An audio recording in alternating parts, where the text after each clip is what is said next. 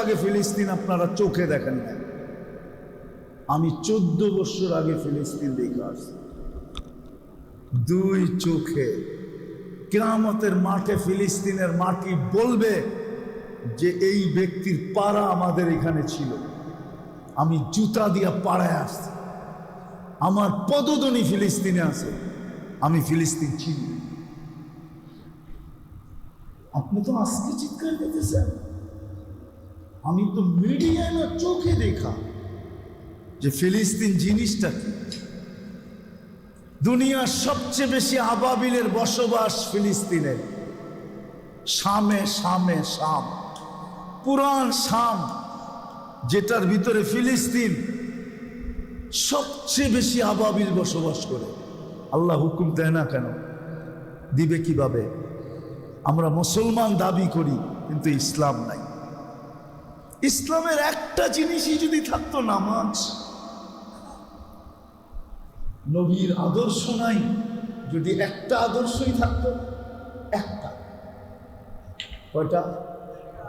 নবীজি তো দুনিয়াতে পা রাখতে দেরি, সেজদা করতে দেরি করেন নাই। উনি মার পেটের থেকে বাহির হওয়ার সাথে সাথে চাদরে রাখা হয়েছে, টাইম দিক হয়ে লম্বা সেজদা করছেন, উম্মতকে বুঝাইছেন, উম্মত সবকিছুর চাবিকাঠি কিন্তু নামাজ। কি মেসেজ দিছেন?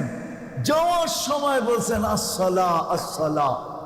একটাই আদর্শ যদি পালন করতাম 100-এ 100, মা বোনরা যদি করত, পুরুষরা যদি করত, যুবকরা যদি করত, বৃদ্ধরা যদি করত, সবাই যদি করতাম, আজকে নবীর ইজ্জত রাখি। আসেন, আমার কথা শেষ, আর লম্বা করতে চাইতেছি না, ইজ্জত রাখি নাই। আসেন, মনে হয় এই জন্যই আল্লাহ আজকে প্রোগ্রামটা নিয়ে আসছেন যে না, এই প্রোগ্রাম বাইরে হইতে দেওয়া যাবে না, এই প্রোগ্রাম তো আমার ঘরেই হবে। বিদায় আসেন, আজকে মনের থেকে তওবা করবেন যে আল্লাহ আমরা বড় ভুল করে ফেলছি। করবেন? কে কে করব দেখি? হ্যাঁ, পাক্কা? যুবকরা কি বলে? পাক্কা? তাইলে বইলা দাও, আল্লাহ আপনারা কিন্তু আপনার ঘরে বসে তওবা করতেছে, আপনি আমাদের তওবা কবুল করেন, আমাদের পিছের গুনাহ খাতাকে মাফ করে দেন, আপনি আমাদের সাহায্যে নাইমা আসেন। যুবকদেরকে বলবো, শুধু শুধু আওয়াজ করবো না, কেননা ওয়াজটা মনে হয় হওয়ার কথা ছিল বাহিরে, ঠিক না? হইতেছে কোথায়? আল্লাহ মনে হয় চান নাই, ওয়াজটা মনে হয় কবুল হয়ে গেছে। এই জন্য আল্লাহ চান নাই যে কবুল জিনিসটা বাহিরে হোক, এটা চান না, এটা যেন আমার ঘরের ভিতরেই হয়। এই জন্য ওয়াজটা আজকে ঘরের ভিতরে হইতেছে, নাইলে এটার হওয়ার কথা তো ছিল। বৃষ্টি তো নাই, ঠিক না? আছে বৃষ্টি? ওয়েদার তো খারাপ না, ঠিক না? বাইরে আরো ঠান্ডা বেশি। এখন আপনাদের এখানে টেম্পারেচার হইল 27, এসিও মানুষের 27-এ গিয়া ঘুমায়। বাহিরের ওয়েদার খুব ঠান্ডা, কিন্তু ওয়াজ হইতেছে কোথায়? বোঝা গেল এটা গ্রহণ হয়ে গেছে, কবুল হয়ে গেছে। এই জন্য আল্লাহ বলে এটা বাহিরে হইতে দিব না, এটা হবে তো আমার ঘরেই হবে। এই ঘরটা কার? আল্লাহর ঘরে। এই জন্য আমি প্রথমেই বললাম যে ওয়াজের লক্ষণে বোঝা যায় যে ওয়াজ আল্লাহর কাছে কবুল হয়ে গেছে। এই জন্য যত মনোযোগ দিয়ে শুনতে পারি, আর কথা কিন্তু লম্বাও হবে না। 10টা বেজে গেছে, 3:58-তে আজকে ফজরের ওয়াক্ত শুরু হবে। কত? 10টার উপরে বাজে, 10টা 5। ধরে নিলাম 10টায় 11, 12, 1, 2, 3, 4, 6 ঘন্টা পরেই ফজরের আজান, ঠিক না? যাব, ঘুমাবো, তারপরে ফজরে আসবো, ঠিক না? সত্য তো? এরকম ওয়াজ কিয়ামত পর্যন্ত হতে থাক, তারপরও এক ফজরের জামাতের সমান হবে না। মুসলমান যে আজকে সারা দুনিয়ায় নির্যাতিত, কেন চিন্তা করে দেখছেন? কেন মুসলমান সারা দুনিয়ায় নির্যাতিত? আমরা কে? আমরা নিজেদের পরিচয় কি দিয়া দিই? আরে বলেন না, কি? আরো জোরে বলেন। বলেন ইসলাম আমাদের ভিতরে কতটুকু আছে? বলেন এখানে যারা আছি, বলেন ইসলাম আমার ভিতরে কতটুকু আছে? ইসলাম যদি আমার ভিতরে থাকতো, তাইলে আমাদের যুবকরা কেন নেটে দেখা চুল কাটতো? আমাদের যুবকদের পোশাক আশাক এরকম কেন হতো? যুবতীরা কেন নেটে দেখা মেহেন্দির ডিজাইন বাহির করতো? সমস্ত সাজগোজ কেন নেটে দেখা করতো?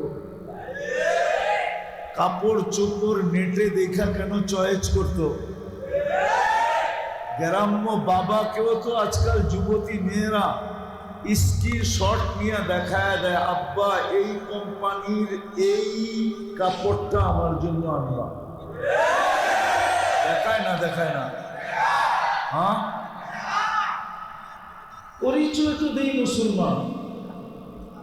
তোমাদের পায়ে হাত রাখে। আমি ওয়াজ করার ছিলামই না। জেহাদি সাহেবের ওয়াজের পরে আমার ওয়াজ চলবে, এটা আমি কোনো মতেই মেনে নিতে পারি না। আমি তো ওনার ওয়াজ শুনতে ছিলাম 9টার থেকে বসা বসা, এরপরে ওয়াজের দরকার ছিল না, কিন্তু চলে আসছি। এই জন্য তোমাদেরকে কিছু বলতে চাইতেছি যে আজকে আমরা মুসলমান দাবি করি বটে, কিন্তু ইসলাম আমাদের ভিতরে কতটুকু? কতটুকু ইসলাম আমার ভিতরে আছে? ইন্নাল্লাহ আস্তাফা লাকুমুদ্দীন। মুসলমানের ঘরে তো আল্লাহ আমাকে নির্বাচিত করলো, দুনিয়ার কেউ তো আমাকে নির্বাচিত করলো না, স্বয়ং আমাকে বানানেওয়ালা নির্বাচিত করছে। আল্লাহ আমাকে নির্বাচিত করছে। আল্লাহ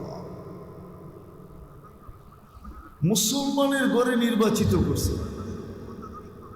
যে আল্লাহ আমাকে নির্বাচিত করলো মুসলমানের ঘরে, আমি মা বোনদেরকেও বলতেছি, তোমাদেরকেও বলতেছি, একটু চিন্তা করো।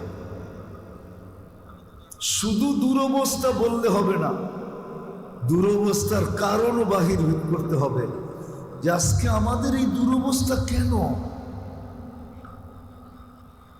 কেন দুরবস্থা? আমাদের দুরবস্থা হওয়ার তো কথা ছিল না। মুসলমানের চেয়ে আল্লাহর আপনজন তো কেউ নাই, আছে নাকি? মুসলমান ছাড়া কেউ আল্লাহকে মানে? আল্লাহ বলে স্বীকার করে?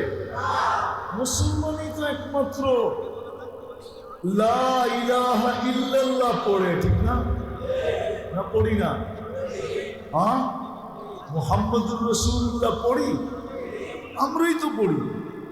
আল্লাহর আপনজন আর কে আছে মুসলমান ছাড়া? আল্লাহর কাছের কে আছে? আল্লাহর প্রিয় কে আছে? আল্লাহর আপনজন কে আছে?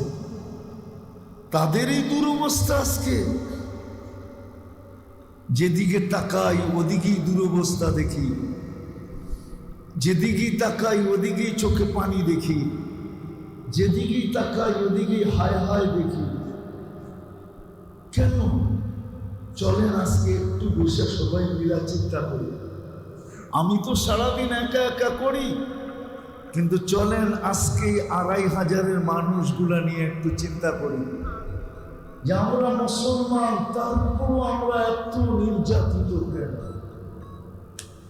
এত নিষ্পেষিত কেন, এত অবহেলিত কেন, এত দীক্ষিত কেন, এত বঞ্চিত কেন, এত লাঞ্ছিত কেন, এত নিকৃষ্ট কেন?